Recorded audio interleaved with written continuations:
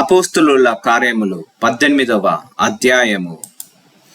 అటు తరువాత పౌలు ఎథెన్సు నుండి బయలుదేరి కొరింథునకు వచ్చి పొంతు వంశీయుడైన ఆకుల అను ఒక యూదుని అతని భార్య అయిన ప్రిస్కిల్లను కనుగొని వారి యొద్దకు వెళ్ళెను. యూదులందరూ రోమా విడిచి వెళ్ళిపోవలనని క్లౌదియా చక్రవర్తి ఆజ్ఞాపించినందున వారు ఇటలీ నుండి క్రొత్తగా వచ్చిన వారు వృత్తికి డేరాలు కుట్టువారు. పౌలు అదే వృత్తి గలవాడు గనుక వారితో కాపురం ఉండెను. వారు కలిసి పనిచేయుచుండిరి. అతడు ప్రతి విశ్రాంతి దినమున సమాజ మందిరములో తర్కించుచు యూదులను గ్రీసు దేశస్థులను ఒప్పించుచునుండెను.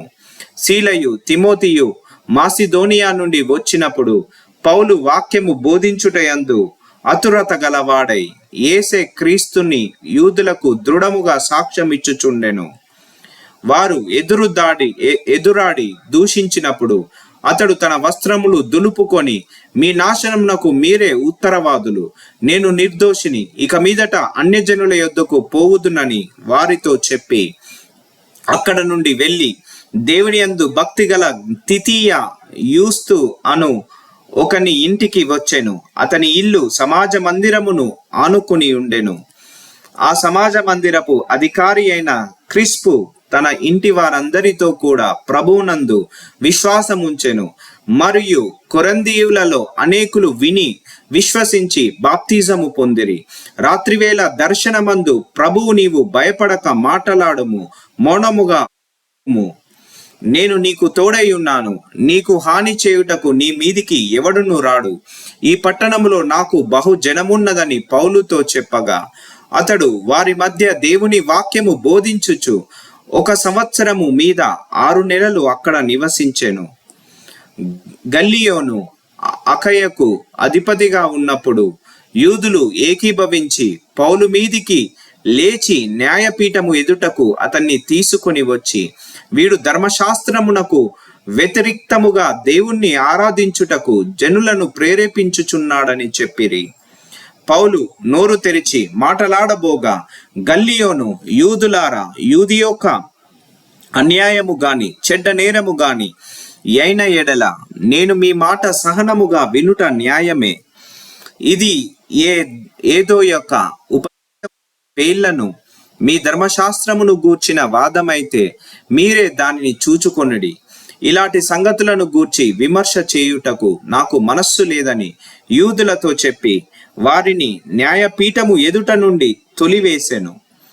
అప్పుడు అందరూ సమాజ మందిరపు అధికారి అయిన సోస్తెనేసును పట్టుకొని న్యాయపీఠము ఎదుట కొట్టసాగిరి. అయితే గల్లియోను వీటిలో ఏ సంగతిని గూర్చియు లక్ష్య పెట్టలేదు. పౌలు ఇంకను బహుదినములక్కడ ఉండిన తరువాత సహోదరుల యొద్ద సెలవు పుచ్చుకొని తనకు మొక్కుబడి ఉన్నందుకు కెంక్రేయలో తల వెంట్రుకలు కత్తిరించుకొని ఓడ ఎక్కి సిరియకు బయలుదేరెను. ప్రిస్కిల్లా ఆకులాను వారు అతనితో కూడా వెళ్ళిరి. వారు ఎఫెసునకు వచ్చినప్పుడు అతడు వారినక్కడ విడిచిపెట్టి తాను మాత్రము సమాజ మందిరములో ప్రవేశించి యూదులలో తర్కించుచుండెను. వారింకను కొంతకాలముండుమని అతన్ని వేడుకొనగా అతడు ఒప్పక, దేవుని చిత్తమైతే మీ యొద్దకు తిరిగి వత్తునని చెప్పి వారి యొద్ద సెలవు పుచ్చుకొని ఓడ ఎక్కి ఎఫెసు నుండి బయలుదేరును. తరువాత కైజరయ్య రేవున దిగి యెరూషలేమునకు వెళ్ళి సంఘపు వారిని కుశలమడిగి అంతియొకయును వచ్చెను. అక్కడ కొంతకాలం ఉండిన తర్వాత బయలుదేరి వరుసగా గలతీయ ప్రాంతమందును ఫ్రుకియా యందును సంచరించుచు శిష్యులనందరినీ స్థిరపరిచెను. అలెగ్జాంద్రియ వాడైన అపోల్లో అను ఒక యూదుడు ఎఫెసునకు వచ్చెను. అతడు విద్వాంసుడను లేఖనములు యందు ప్రవీణుడనై ఉండెను. అతడు ప్రభు మార్గము విషయమై ఉపదేశము పొంది తన ఆత్మయందు తీవ్రపడి యోహాను బాప్తిజము మాత్రమే తెలుసుకొనిన వాడైనను యేసును గూర్చిన సంగతులు వివరముగా చెప్పి ప్రిస్కిల్లా అకులయు విని అతన్ని చేర్చుకొని దేవుని మార్గము మరి పూర్తిగా అతనికి విశదపరిచిరి. తరువాత అతడు అకయకు పొదలచ్చినప్పుడు అతనిని చేర్చుకొనవలెనని సహోదరులు ప్రోత్సాహపరచుచు అక్కడికి శిష్యులకు రాసిరి. అతడక్కడికి వచ్చిన కృపచేత విశ్వసించిన వారికి చాలా సహాయము చేసెను. యేసే క్రీస్తు అని లేఖనముల ద్వారా అతడు దుష్టాంతపరిచి యూదుల వాదమును బహిరంగముగాను గట్టిగాను ఖండించుచూ వచ్చెను.